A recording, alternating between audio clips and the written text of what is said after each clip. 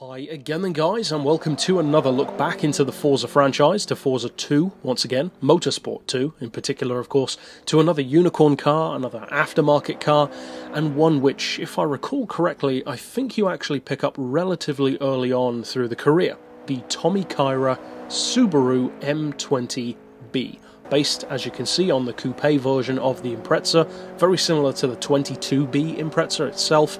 Not necessarily as legendary as that car, for obvious reasons, but at the same time, an interesting alternative, and a very special one, for sure.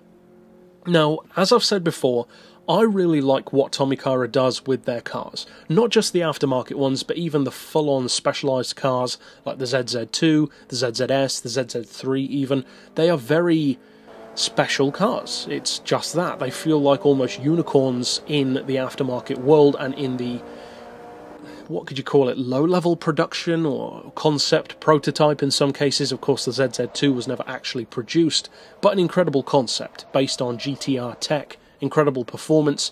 It's a shame, though, that it never had its day. However, some of their cars do, and we already, of course, discussed the Tommykaira R, based on the R34 Skyline. Excellent aftermarket car, doesn't have a ridiculous amount of power, but what it does with what it's got makes it very endearing. It looks the part, it sounds the part, it's got great handling. It's just a really nice all-round package. And again, a unicorn, for sure. It looks like a unicorn, it's got the rarity of one. Likewise with this one, but of course for the Impreza instead. So the question, of course, is, with something that's a little bit less obvious for the Tommykaira wheelhouse, given how many Nissans they work on, what do they offer for an Impreza? Because it's an entirely different kind of car with an entirely different kind of performance to a GTR. It has its similarities, of course, turbo-aspirated, all-wheel drive, Japanese, but beyond that, they're definitely different, that's for sure. So what do you actually get? Well, good numbers, that's for a start. 350 horsepower, 332 pound-feet of torque, and although it does weigh maybe a little bit more than you might assume, at 1,440 kilos, that's still not bad. That's not heavy at all. The horsepower per tonne is 243, which is decent hot hatch territory these days. In fact, very good hot hatch territory. And even the category is very useful. It's only the B class with 642 PI.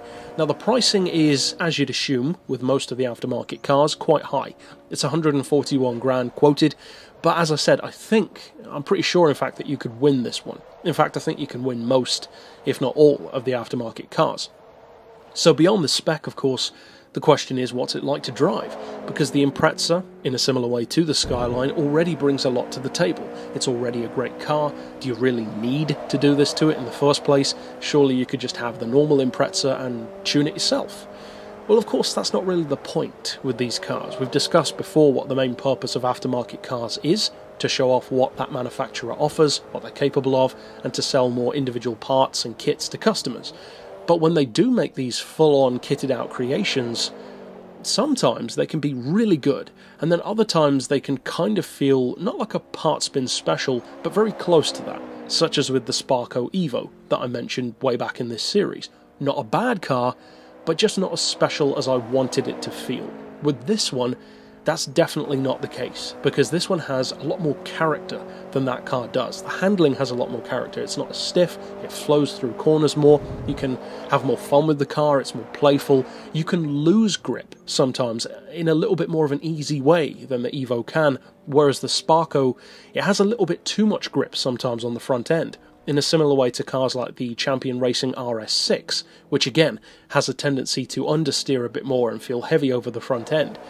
Not that that's bad for all drivers, it does tend to make them more beginner friendly, but at the same time you can definitely go faster in a car like this, despite the fact that it has a full 100 horsepower less than the Evo.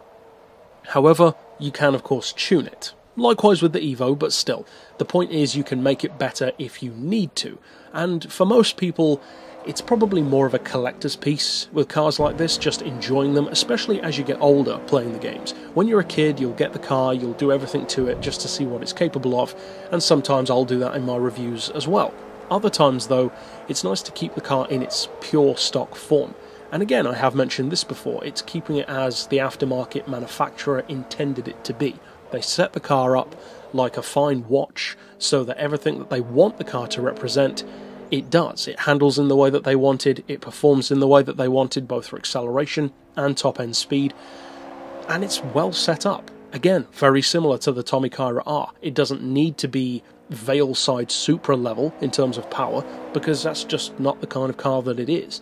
Likewise with this one. Now, I wouldn't say that this is quite as good or as fun, and certainly not as quick as the Tommykaira R is, but it's a great entry level if you're unfamiliar with Tommykaira. It's a great entry point for younger drivers to go into the game and get a feel for what they can do, because this car's a great example of what they can do.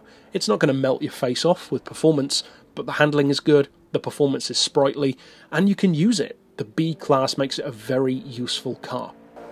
Plus, with the Subaru Coupe to work on initially, it's a great canvas, a great basis to work from, and Tommykaira really do make the best use of that as far as I'm concerned. So it's a unicorn that, as with many of these others, I unfortunately don't have high hopes of returning. I don't think it will return anytime soon.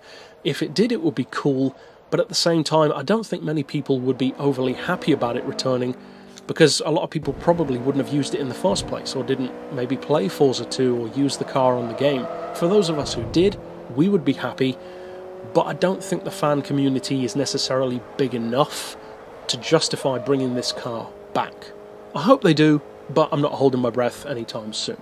However, that's it for this pick, certainly a unicorn from the JDM market, and of course I'll see you guys next time. But for now, as always, thanks for watching.